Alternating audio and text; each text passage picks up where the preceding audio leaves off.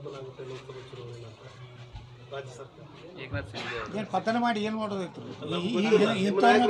ಸರ್ಕಾರ ಮಾಡೋದ ಅಲ್ಲ ನಿಮ್ಮ ನಾಯಕರು ಹೇಳಕತ್ತ ನಾವಲ್ಲ ನೋಡ್ರಿ ಆ ರಾಜಕೀಯವಾಗಿ ಏನಾಗ್ತಾವು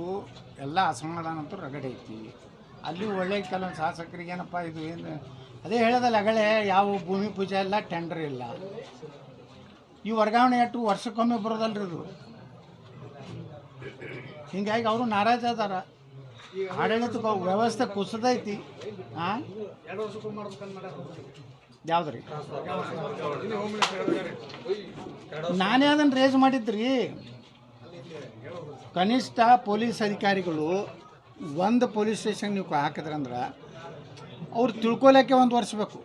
ಆ ಏರಿಯಾದಾಗ ಗುಂಡಾಗಳು ಯಾರು ಅದಾರ ಕ್ರಿಮಿನಲ್ಸ್ ಯಾರು ಅದಾರ ಅಲ್ಲಿ ಜನರ ಚಟುವಟಿಕೆ ಏನದ ಎಲ್ಲ ತಿಳ್ಕೊಳಕ್ಕೆ ಒಂದು ವರ್ಷ ಬೇಕು ರೀ ಮುಂದೆ ಒಂದು ವರ್ಷ ಸರ್ವಿಸ್ ಮಾಡ್ಬೇಕು ಇವ್ರು ಏನು ಮಾಡ್ತಾರೆ ಸರ್ಕಾರ ಎಮ್ ಎಲ್ ಎಗಳು ಕೆಲಸ ಅಂದ್ರೆ 11ನೇ ತಿಂಗಳಿಗೆ ವ್ಯಾಪಾರ ಚಾಲು ಮಾಡ್ತಾರೆ ಅಧಿಕಾರಿಗಳು ಕೂಡ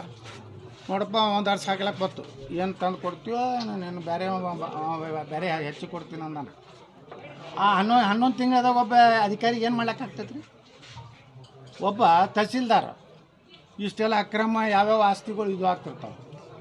ಅವನಿಗೆ ನಾಲೆಜ್ ತಿಳ್ಕೊಳಕ್ರೆ ಒಂದು ವರ್ಷ ಬೇಕಿಲ್ಲ ಒಬ್ಬ ಅಧಿಕಾರಿ ಕನಿಷ್ಠ 2 ವರ್ಷ ಮಾಡ್ಬೇಕಂತ ನಾನೇ ಬೆಳಗಾವಿ ಅಧಿವೇಶನದಲ್ಲಿ ಪ್ರಸ್ತಾಪ ಮಾಡಿದ್ದೆ ಅವಾಗ ಇವ್ರು ಇದ್ದಿದ್ದಿಲ್ಲ ಹೋಮ್ ಮಿನಿಸ್ಟ್ರು ವಿಧಾನಸಭಾದಾಗ ಇವರಿದ್ದರು ನಮ್ಮ ಕಂದಾಯ ಮಂತ್ರಿ ಇಲ್ಲ ಕಾಂಗ್ರೆಸ್ ಕಂದಾಯ ಬೈರೇಗೌಡ ಕೃಷ್ಣ ಬೈರೇಗೌಡರು ಇದ್ದರು ಇಲ್ಲ ಯತ್ನಾಳ್ರು ಹೇಳಿದ್ದನ್ನು ನಾವು 2 ವರ್ಷ ಮಾಡ್ತೀವಿ ಕನಿಷ್ಠ 2 ವರ್ಷ ಒಂದು ಪೋಸ್ಟ್ನಾಗ ಅಧಿಕಾರಿ ಇತ್ತಂದ್ರೆ ಅವ ಕಾನೂನಿನ ಒಂದು ವ್ಯವಸ್ಥೆ ಸರಿಯಾಗಿ ಆಗ್ಲಿಕ್ಕೆ ಸಾಧ್ಯತೆ. ಬೆಂಗಳೂರಿನಿಂದ ಮಂಗಳೂರುವರೆಗೆ,